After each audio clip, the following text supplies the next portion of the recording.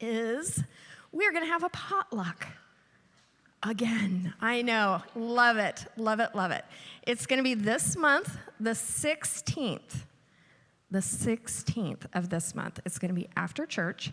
And if anyone needs any clues and cues on what to bring, I have been told we're really wanting homemade soups and breads. I know, sounds pretty delicious. And, we're still really cold outside, so soups and breads are probably positive. So when is the date of the potluck? Yeah, and when is it? Before church? Is it at nighttime? After church, right. Okay, so please don't show up that night. Nobody's going to be here. Jesus, with our hands we receive life, and with our voices we proclaim that you are our King. You are the one who paid the debt that we never could. And with our feet we move first towards you and then towards others. We move towards them not because they deserve it, but because we have received your deep love and mercy. And that mercy has changed everything in my life and in our lives. And mercy is something that is meant to move forward through to us and then through us to others.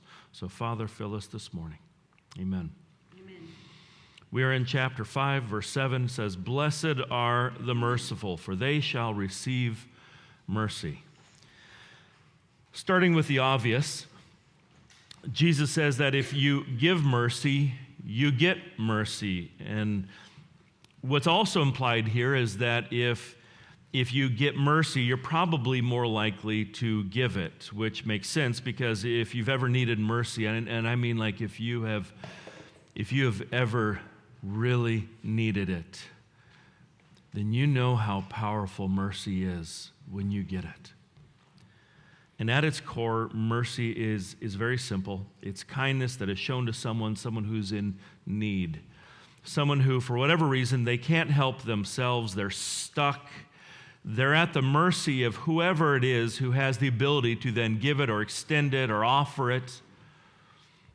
And to be real, it's not a fun place if you're the person who is in need of mercy. I don't like to be there. You don't like to be there. It's not where we want to be. It's not fun. And we have a phrase for it sometimes. You say, I have to throw myself at the mercy of the court, or I am at their mercy. And none of those phrases are really these bold, confident, declarations. Nobody wants to be in that position. It's vulnerable. It's scary. Because when you're at someone's mercy, you are not the one who's in control.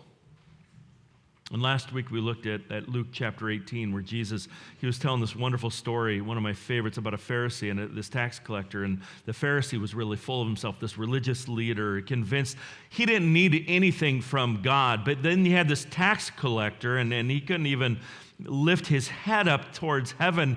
He just felt so broken before God, and he just beat his chest as he prayed, God, have mercy on me. I recognize that I am a sinner. I am in need of you. I cannot do this without you. And the man who was at the complete mercy of God, he had nothing to offer God. His only hope was that God would show him some mercy. And Jesus said, that guy, the guy who's desperate, who can't even lift his head up from off the ground, that is the guy.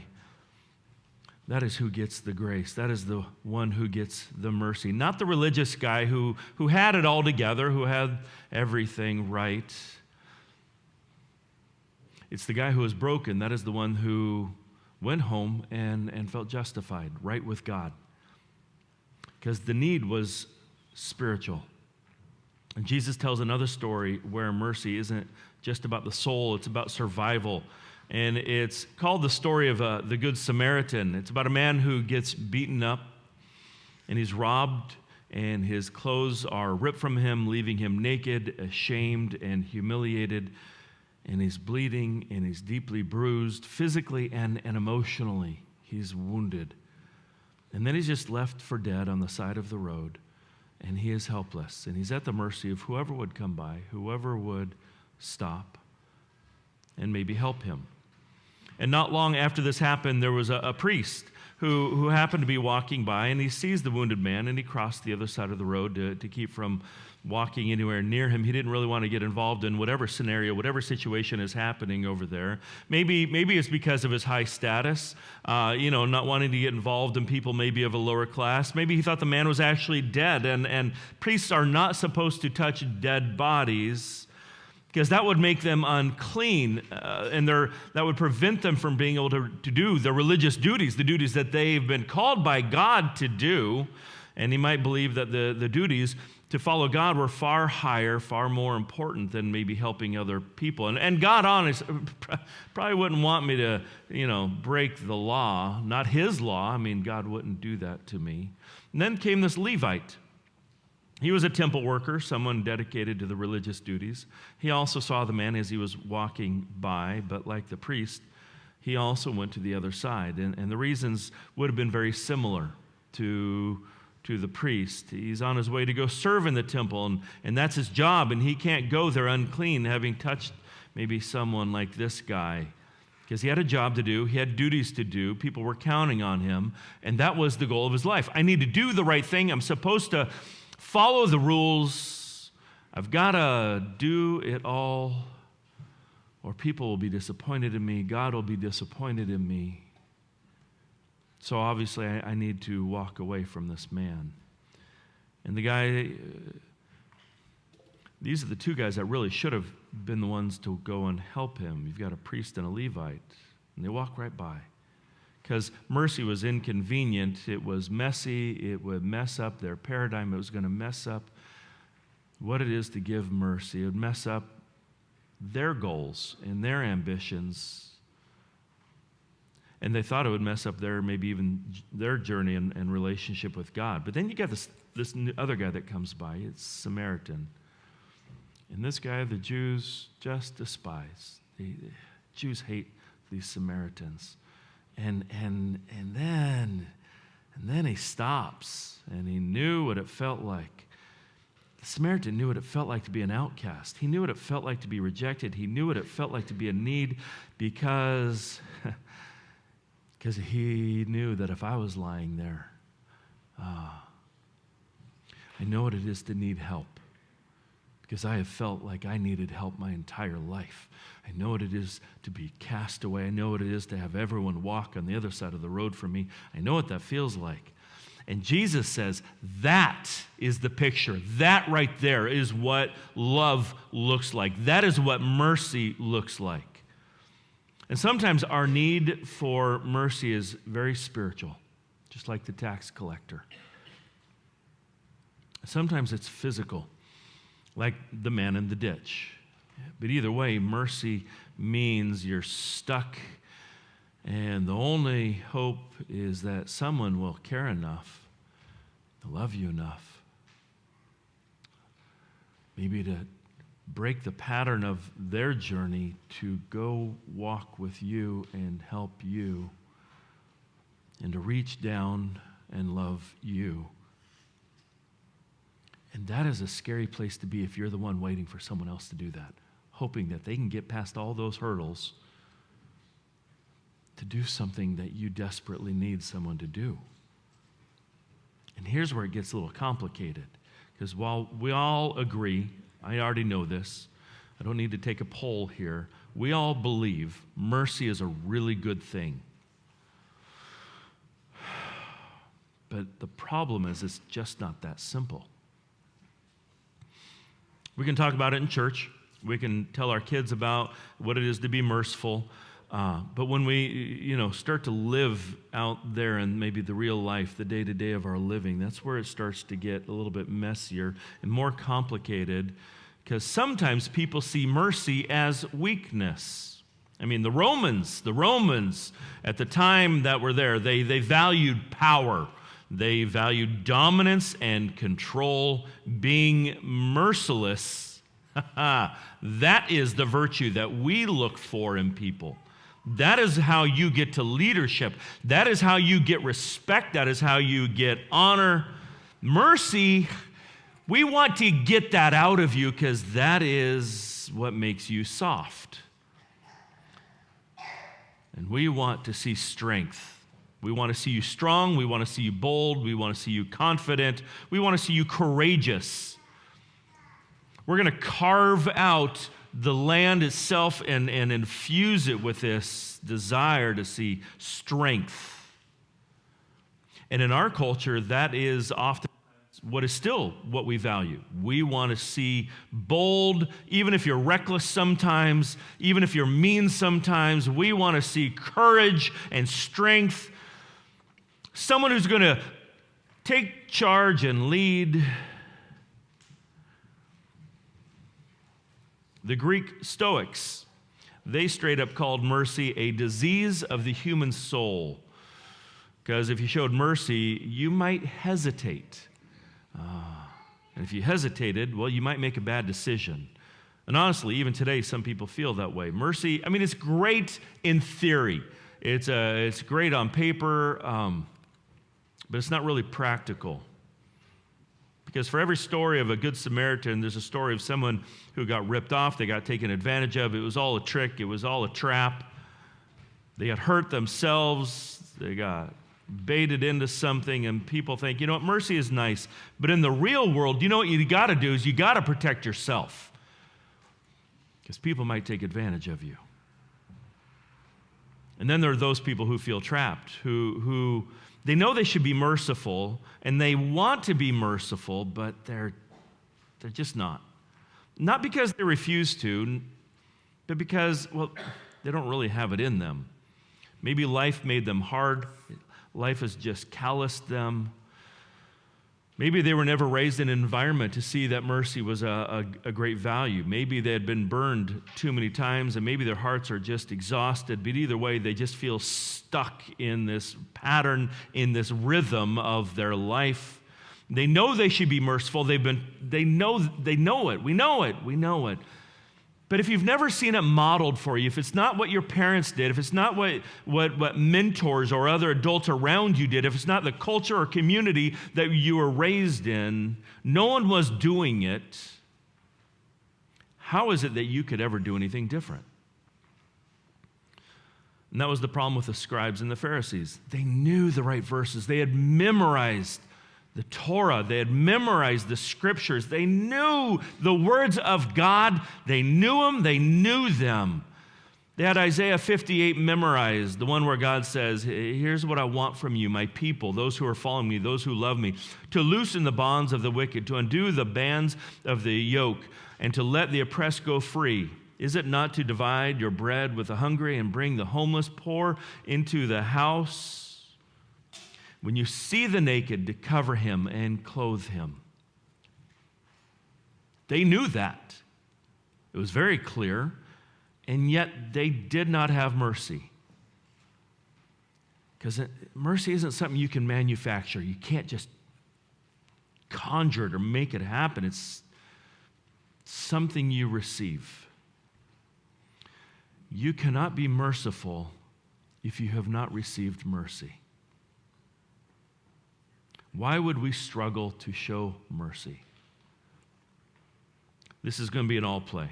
Just an idea. Why would we struggle to show mercy? What's that? We would want to because Christ did. Why? But what are some of the things that would cause us more to struggle? What's that? Wrong faith. Yeah. What else? Our ego. That's a good one. Yeah. What's that? Peer pressure. Yeah. Yeah. What's that? Fleshly desires. Yeah. Oh, they don't deserve it. Oh. Yeah, sometimes pain just keeps us looking down. Those are all good. These are great.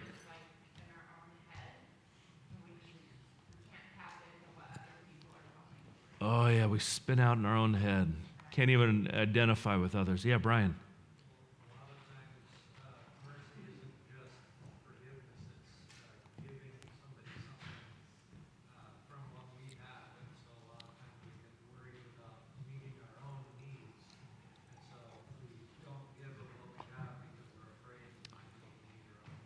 Yeah. I only have so many resources. I don't want to lose it. I want to make sure I survive. Yeah. I don't know, sometimes people might overlook it over just exhaustion of their own life and only looking inward. Yeah. I just don't have the strength to look up. There's enough pain in my own family. I'm the one who needs mercy. Someone should be giving me mercy instead of me looking to give it to others. Fear. What's that? Fear. Oh yeah, that's the core. Yeah. Anything else? You got your hand, you're pointing over there? I don't have the time. I got things to do. I mean, if you're there when I come back.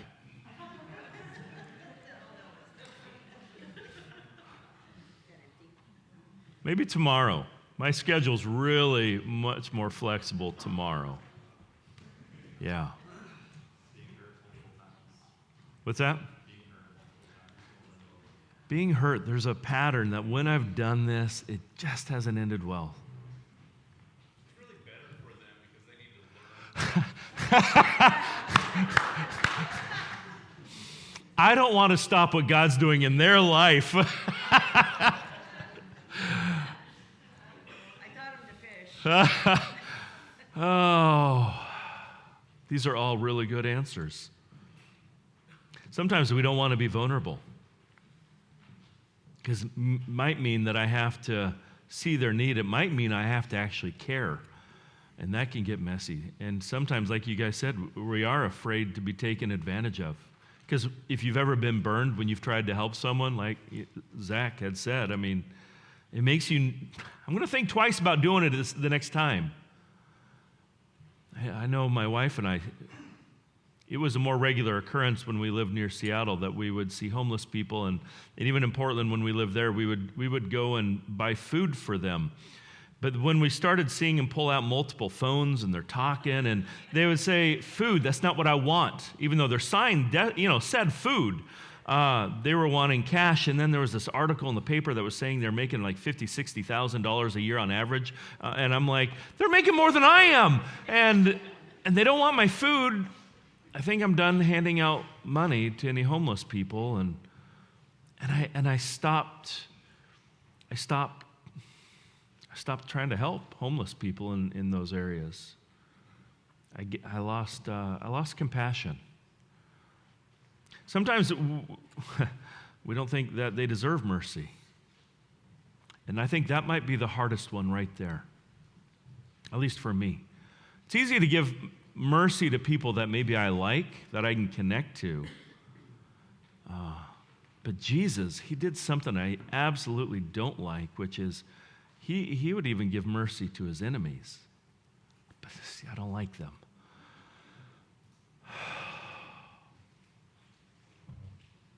Those are not the people I want to be vulnerable to or support or help. And yet Jesus says, he says, "Blessed are the merciful, for they shall receive mercy." And the assumption here is if you have received mercy, you're more likely to give it. So how do we become merciful people? Because I think there's a secret here, and it's that we stop trying to manufacture mercy and we start to remember the mercy that every single one of us have received. Because the more we remember our need for mercy, the more we're able to give it to others. Because we were the ones who, we were far off and Jesus brought us near. We were the ones that were beaten by sin and he bandaged our wounds. We were the ones who were dead and he gave us life. And when we remember that, when I remember that, when I live in that, mercy starts to flow and it will begin to pour out of you, not because you force it, but because you can't help it. So if you were to close your eyes, you don't have to, you can, but if you were to just kind of let your brain wander and just, I have to close my eyes sometimes because it helps me. As soon as I don't see you guys, I can start to focus a little bit better. I go, who in my life have I been holding back mercy from? Or who in my life needs mercy?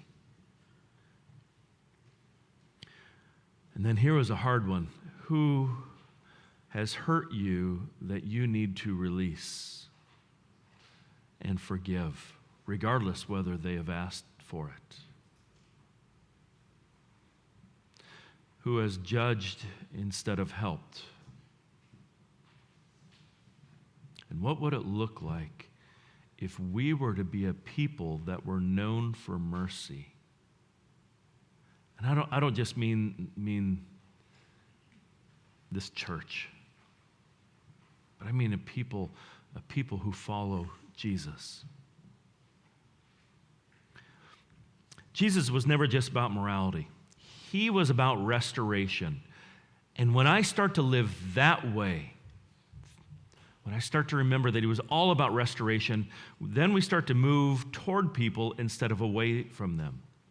And that's when we begin to start to look like Jesus. And that's when mercy starts to flow. And Jesus says, that's the kind of life that is blessed. Isaiah 58:6, he made it clear when he gave the values. He said, loosen the bonds of the wicked, undo the bands of the yoke, let the oppressed go free. And then he gets very practical. He says, divide your bread with the hungry, bring the homeless poor into your house, and clothe the naked. That's the kind of mercy that he's talking about. And it's not just a nice idea. It starts to become this very hands-on, this messy kind of mercy. It's for people who are at the mercy of others, people who can't do for themselves. They can't help themselves. But the scribes, and we had the Pharisees, they were so wrapped up. They were very consumed in their religious rituals, trying to look perfect, trying to do the right thing, trying to let everyone know that I love God and I'm staying away from all kind of sense of evil. I need to look right. I need to look so perfect because there's so many eyes on me that I'm going to make sure that I tithe the right way. I'm going to get everything just right. I'm going to pray just right. I'm going to preach just right. And they were so focused on doing it just right that they never saw the people around them that were desperately in need of mercy. They could probably pull off a simple act, maybe, here and there. I'm sure they did do it if it elevated them, but that doesn't mean that they were merciful. Because mercy isn't something you do when it's convenient. Mercy is something that starts to come to you, and then it does something in us. And then it starts to flow through you. And for mercy to flow through you, it has to first come into you. It must flow to you. And the truth is, the people who are the best at showing mercy are usually the people who know that they need it. And when you know you've been rescued, you want to rescue. When you've been given grace, you want to give it away. So we have that story of the Good Samaritan. So why did the Good Samaritan, or why did, that man, why did he help the man who was laying in the ditch? Well, maybe it's because he knew something that the priest and the Levite didn't know. He knew what it felt like to be desperate because he had been there one time.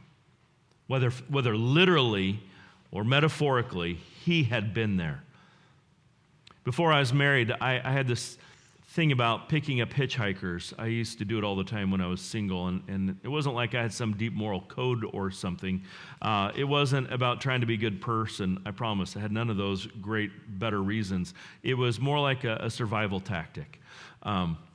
See, I didn't have a car for years, and I sold my Toyota when I was 22 so I could move back. I moved to Mississippi. I went to college, and I needed more money, and I didn't think it could actually drive across the country. So I sold it to my cousin for like $500. I thought I just scored and paid for my plane ticket to move to Mississippi, where I'm starting a new life. I'm going to college, and I was 22, and I didn't buy another car until I was 30. And so for 8 years of my life, I did not own a car. And part of it was because I didn't have any money to pay insurance or the gas or even to buy the car. And I was trying to use all my money to pay for college and then graduate school. And so when you start to do that, because you learn how to use public transportation really well. You learn how to use the bus system. And I did that for years. I also really relied on people's mercy to give me car keys or to drive me from point A to point B.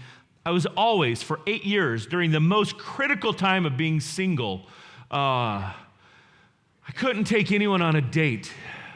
I had to get really creative. It really stopped a lot of dates.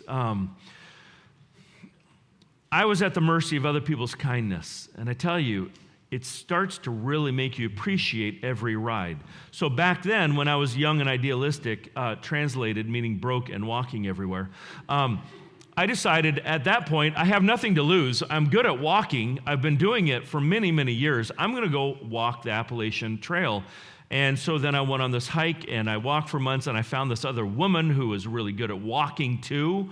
And we decided, you walk really well. And she's like, you walk really well. Yeah, I've been doing it for years, and let's walk well together. And so we started to just keep walking, and it was cool. And we walked through the woods, and there was a lot of walking. And we walked about 1,500 miles together, but at some point, you run out of woods. And so we left the trail at the very end of it, and we had to figure out how do we do this normal human being thing, like eating things that weren't freeze-dried or dehydrated, and how do you get mail again, and we just had to learn how to live life in the real world. We weren't married yet. We'd been hiking for weeks. When I first met her, she was a brand new Christian when we first started getting to know each other. And we were trying to figure out this whole thing about, God, how do you provide for us? How do you meet our needs when we have a need? And so we were talking about prayer and faith and how to not starve to death in the woods.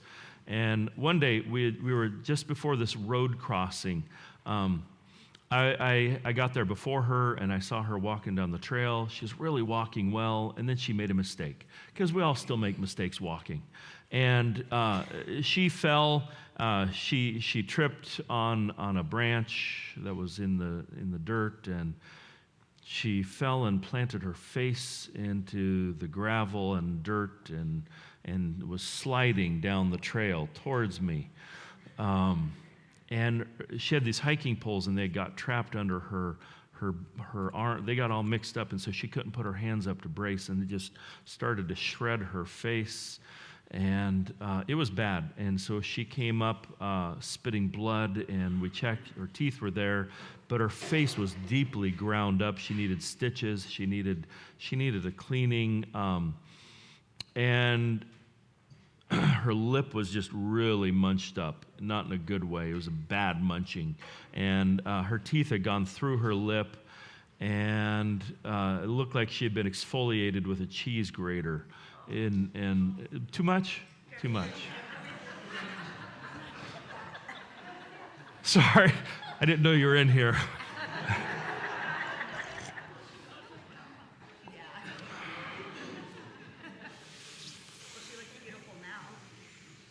A lot of reconstructive surgery. No, I'm just kidding. Focus, thank you. It was a bad day. It was a bad day. A lot of blood.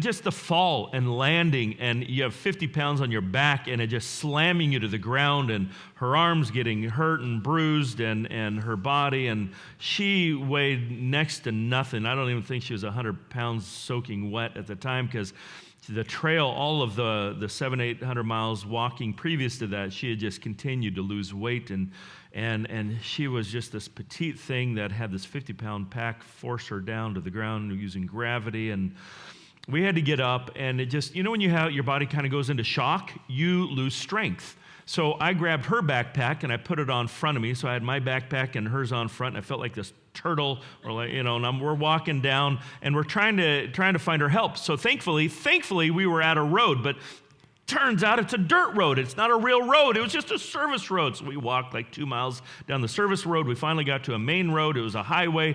And we start trying to hitchhike, going, there's blood. Everyone should see this. Everyone should see we have a problem. No one stopped. We're trying to hitchhike, and nothing happened. We limped. We tried to, how do we look exhausted by the road? How do we do anything? No one would stop. Fine. So we kept walking. Let's walk to the next town. We will walk and walk and walk. We get to this little town. No one would help us. Not the post office, the gas station. No one wanted to help us. We go to the restaurant. No one wanted to help us. They just looked at us like we were some little possums walking down the road, and it was bad. Finally, we get to this retirement facility. They had nurses there. They had help there. They're like, no, we can't touch you. Our rules prevent us because we don't want to be liable.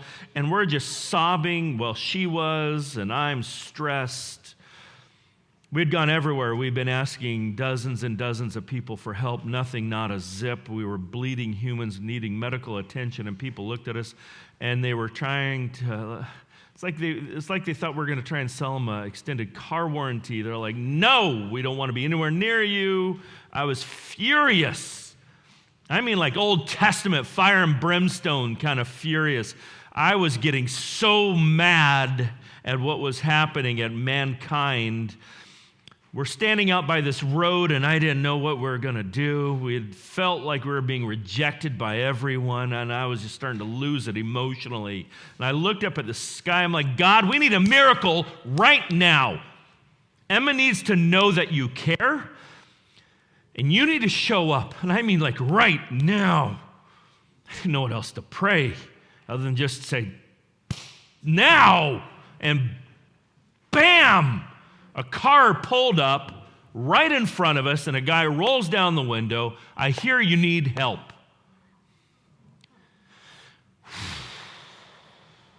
He grabs us, throws us in. I don't know what to do with you guys, but there's a fire station a few miles down the road.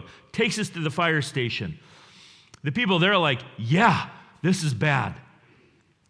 We can throw you in the ambulance. How about let's do that? We start to head towards the ambulance. We'll drive you to the hospital. No, we'll just throw you in our Jeep.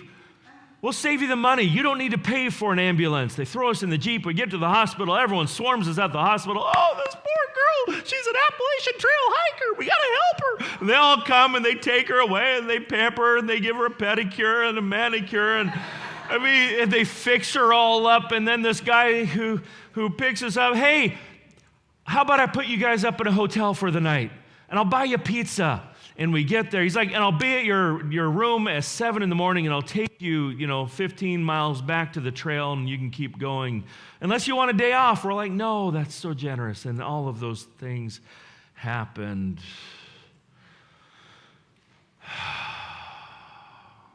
I don't pick up hitchhikers anymore. I know that's kind of... I don't. I know there's irony in this one. I know it's strong.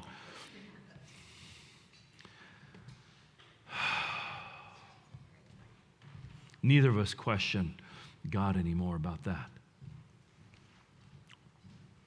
I don't pick up hitchhikers for other reasons. It's because now I've got a van load full of kids. But honestly, I think I forget sometimes what it's like to sit by the side of a road, watching a car pass you by, wondering if anyone's going to stop, and I've forgotten what it feels like to be completely helpless and to need mercy and to be at the mercy of others. And sometimes we all forget that. So yeah, I probably should pick up a few hitchhikers. The problem is bigger, though. The problem is that we forget.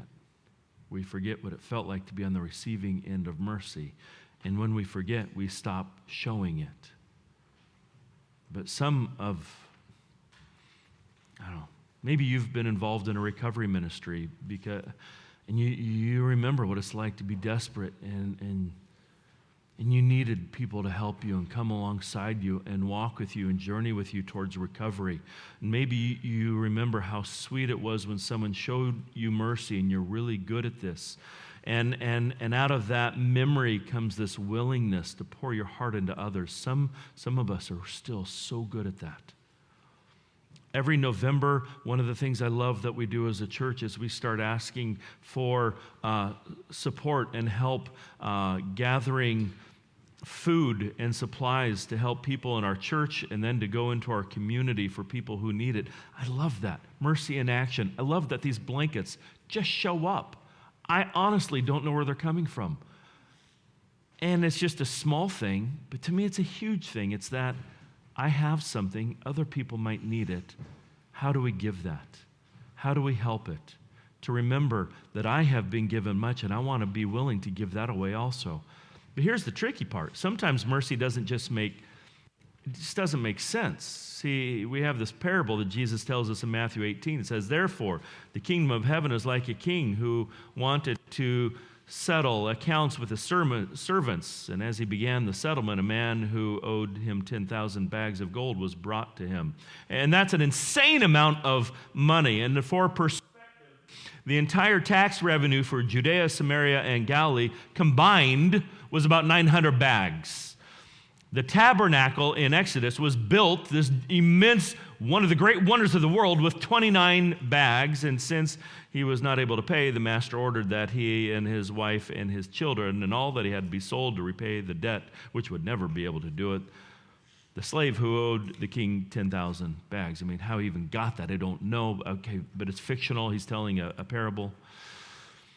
The temple overlaid with gold was built with about 3,000 talents or 3,000 bags. And in my mind, I mean, he owes this. As I was originally reading this, I'm like, okay, so the guy owes him like $20,000. I'm like, it's a lot, but it's not the end of the world. It's going to take a lot of work. It's going to be hard. It's an amount that we can overcome. But this guy, in today's conversion rate, it would be roughly $19 billion he owed him. He's never going to pay him back. And yet he doesn't ask for mercy. He asks for patience. He says, well, give me more time and I will repay you. I totally got this. Just need a little bit more time. Give me another week. Verse 27, the servant's master took pity on him, canceled the debt, and let him go. That's mercy. And if my theory is correct, that would have meant that having received mercy, he would become merciful. Having received, he would be able to give it away. Having remembered what it was that he got, he would be able to share that. But verse 28, but that slave went out and found one of his fellow slaves who owed him 100 silver coins, such an incredible small amount compared to the overwhelming amount that he had owed, and he had no mercy at all. He says he seized him and began to choke him and say, pay back what you owe. I'm like, what's up with that? I think this guy never really got the mercy. He never got it. I mean, maybe he didn't understand how deep his need was. Maybe he didn't realize the weight of what it is that he had been forgiven from. And I think that's where we run into troubles, when we forget that mercy that we received. When we forget that, we stop giving it. Verse 32, then summoning him, his Lord said to him, you wicked slave. It simply says he's wicked.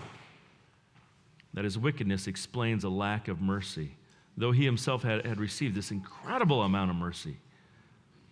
But what happens to us when we're the unmerciful ones, when we find ourselves withholding mercy from others from time to time? And what happens when we withhold that kindness and that generosity that we should be extending to others? Because I know that we do, if we're going to be honest, because we all do it from time to time. Every one of us does this. And I don't know that I'm going to call it wickedness. I'm not saying that. I'm not saying we're wicked for this. It could just be forgetfulness sometimes. I think sometimes we can forget this debt that we couldn't pay, and in the blink of an eye, we can think that we weren't forgiven really from all that much. And with that starts to go this gratitude. And when your gratitude is gone, then your mercy starts to fade.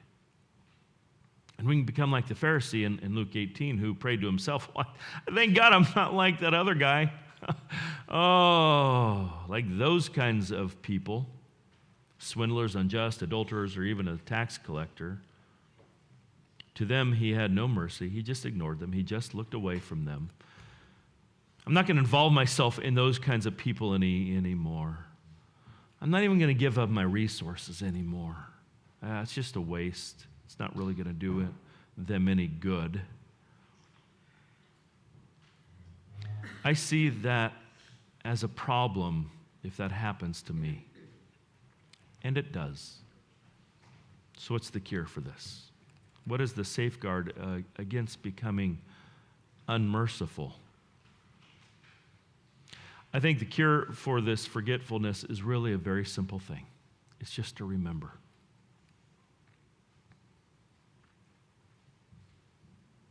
To remember that we had a debt we couldn't pay. Remember that Jesus, out of his rich mercy, he forgave you and he forgave me. Because to remember that we were once very far off, but he brought us near by his blood. It says in Ephesians chapter 2, 12 and 13, it says, remember that at that time you were separated from Christ, excluded from citizenship in Israel, and foreigners to the covenants of the promise, without hope and without God in the world. But now, in Christ Jesus, you who were once far away have been brought near by the blood of Christ. I wonder if that would help to remember that we weren't just separate. Ephesians 2, at the beginning of the chapter, you were dead in your transgressions and sins. But because of his great love for us, God, who is rich in mercy, he made us alive with Christ, even when we were dead in transgressions. For it is by grace you have been saved through faith. So today we have the communion, and we moved it from the back to the front. We had a debt that we couldn't pay. And Jesus, who is full of mercy, paid it all for us. And when we remember that, mercy starts to flow again. It was a quiet night in the upper room for the very first communion that happened. There were about 12 men, the 12 disciples. It was the 12. They were around this really low table. The oil lamps were flickering, and they were casting these long shadows on the walls. And these 12 men, they were reclining, leaning into each other. And the scent of the roasting lamb was lingering in the air, and they leaned into each other physically and emotionally. There was an intimacy of relationship there. And they dipped bread into these communal earthen bowls as they shared this meal. And with their mouths, they ate and they drank from the cup, and Jesus spoke, and in that moment, the sound of the bread that he tore filled that space, and he broke the bread and said, "This is my body that has been broken for you, and what I want you to do is I want you to take it, and I want you to eat it, to remember what I am doing for you today and tomorrow and forever." And the disciples, they chewed that bread in silence, their minds struggling to grasp the weight of his words. And then he lifted up the cup, and he took it, and he said, This is the new covenant of my blood, and whenever you drink it, I want you to do this when you remember me. And their hands, they received the bread, in their mouths, they tasted the wine. And not all of their hearts were opened, everyone that was at that table. One among them, he sat tense, his mind was racing, Judas. He had eaten from the same bread, he had sipped from the same cup, and mercy had been extended to him just like all of them. But something inside of him turned, and the cup of grace had touched his lips, yet his heart remained thirsty for something else. The meal ended, and Judas stood, and he stepped into the night, and he had these silver coins that were jingling in his pouch. He had received payment for his betrayal. His hands, the same hands that had just received mercy, now clutched the currency that were going to be his treachery. But silver can't wash a guilty conscience. The weight of his actions carried him down and felt like a weight of a millstone around his neck, and those hands that had received grace, those hands that had touched the bread and the cup, he would throw those silver coins to the ground in despair. There were two choices that happened at that same table. Two things happened. See, there's this table where mercy was flowing freely, where sinners were welcomed, where the debts of our sin that we did today and yesterday and every day before, all of it is erased. And the other is where these regrets and shame and these weights are heavy, where the cost of sin is more than we can carry and more than we can bear. And as we come to the table today, we have choices too. It's not just bread that we have up here. It's not just a cup. This is the mercy of God being extended to us, tangible, given to us, a debt that we can never pay and a grace that we can never earn.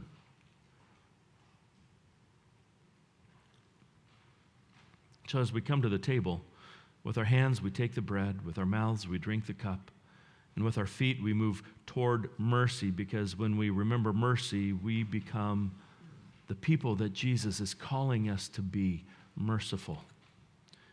And today we've got a couple ways you can do this.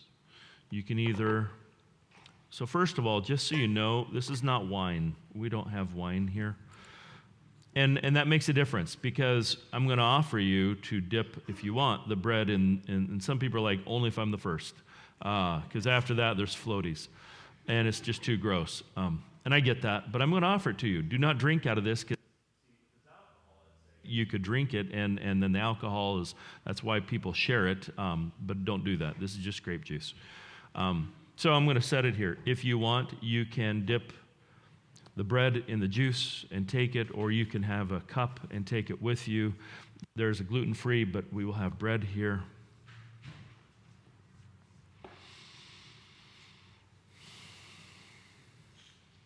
As we come forward today,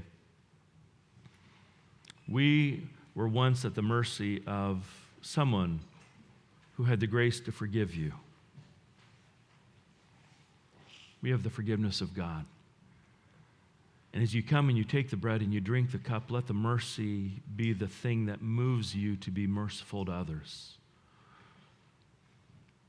And as you come and you point your feet to the table and you move, mercy is yours, because it's through mercy and receiving mercy that we start to become the people that God wants us to be, where we can give mercy to others. I'm just going to take a moment here for you to just kind of talk with God and to hear the voice of God speak to you. We're going to have the worship team come back up. And then at any point while they're playing, you are welcome to come forward and to take the bread, to dip it if you want, or to just eat it.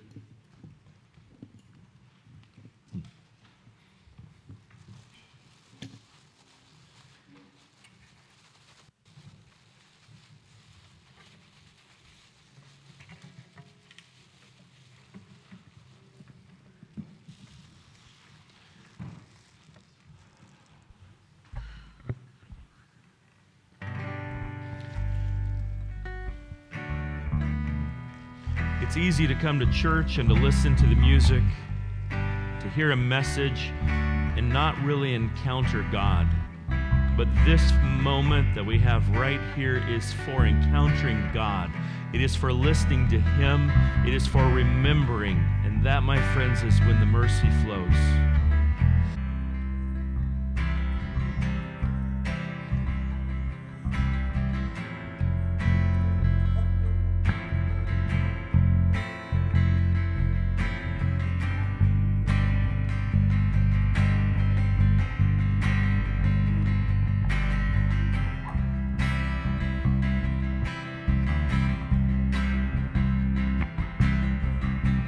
By night, with a bright day you shed on the cross, and you died for the sins of men, and you let out a cry, crucified, now alive in me.